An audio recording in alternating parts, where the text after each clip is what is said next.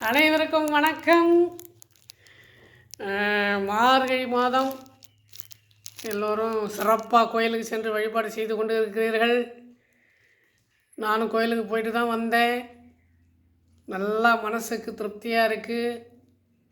நம்ம கிருஷ்ணனை கண்ணனை புகழ்ந்து போற்றி ஆலயங்களுக்கு சென்று வழிபட்டு வந்தால் கண்டிப்பாக எல்லா நலனும் கிடைக்கும். 24வது பாடலை பார்ப்போம். அன்று இவ்வுலகம் அளந்தாய் அடி போற்றி, சென்றங்கு தென்னிலங்கை சேற்றாய் திரள் போற்றி, கொன்ற அடச்சகடம் உதைத்தாய் புகழ் போற்றி, கன்று குனிலாய் எரிந்தாய் கழல் போற்றி, குன்று குடையாய் எடுத்தாய் குணம் போற்றி, வென்று பகை கெடுக்கும் நின் கையில் வேல் போற்றி, என்றென்று உன் சேவகமே ஏத்தி பறைகொள்வான் என் இன்று நாம் வந்தோம் இறங்கேலோர் எம்பாவாய். பாடல் 24வது பாடல். அதாவது பொருளை பார்ப்போம். என்னது பார்த்திங்கன்னா, அன்று இவ்வுலகம் அளந்தாய் அடி போற்றி.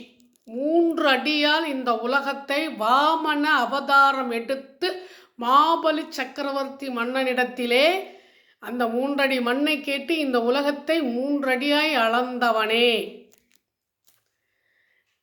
2வது அடிக்கு பொருள் பாருங்க. சென்று அங்கு தென்னிலங்கை செற்றாய் திரள் போற்றி. செற்றாய் வெற்றி பெற்றாய், திரள் வீரம். இலங்கைக்கு ஏன் போகணும்? ஏன் இலங்கை அழிக்கணும்? ராவணன் என்ற அரக்கனை அழிப்பதற்காகத்தான் இந்த அவதாரமே எடுத்தது.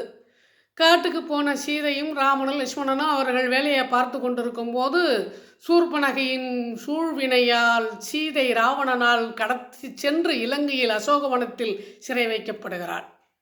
அவளை மீட்க வேண்டுமல்லவா? அதற்காக போர் எடுத்தான் ராமன்.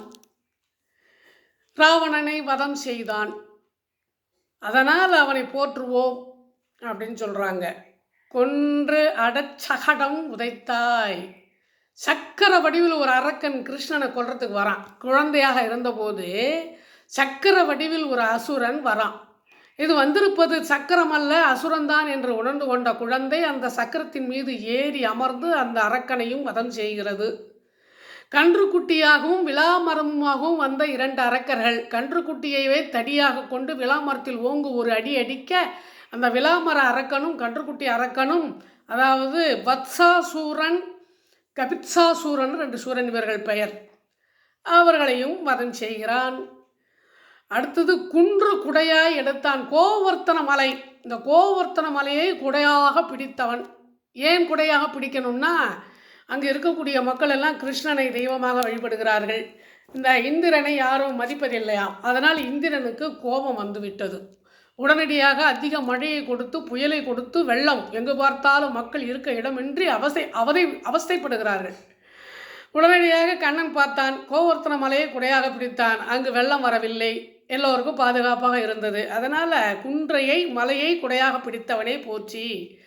உன் கையில் வென்று பகை கொடுக்கும் நின் கையில் அதாவது வென்று பகை கெடுக்கும் நின் கையில் வேல் போற்றி. உன் கையில் இருக்கிற வேல் பகைவரை கொன்று தான் திரும்பி வரும். அத்தகைய வீரன் நீ. உன்னை நாங்கள் போற்றி வந்து கொண்டிருக்கிறோம். உன்னை தேடி வந்து கொண்டிருக்கிறோம். உன்னை தேடி வழிபட்டு கொண்டிருக்கிறோம். அதனால் கொஞ்சமாவது எங்களுக்கு உன்னுடைய கருணையை காட்டக்கூடாதா அப்படின்னு சொல்லி கேட்குறாங்க.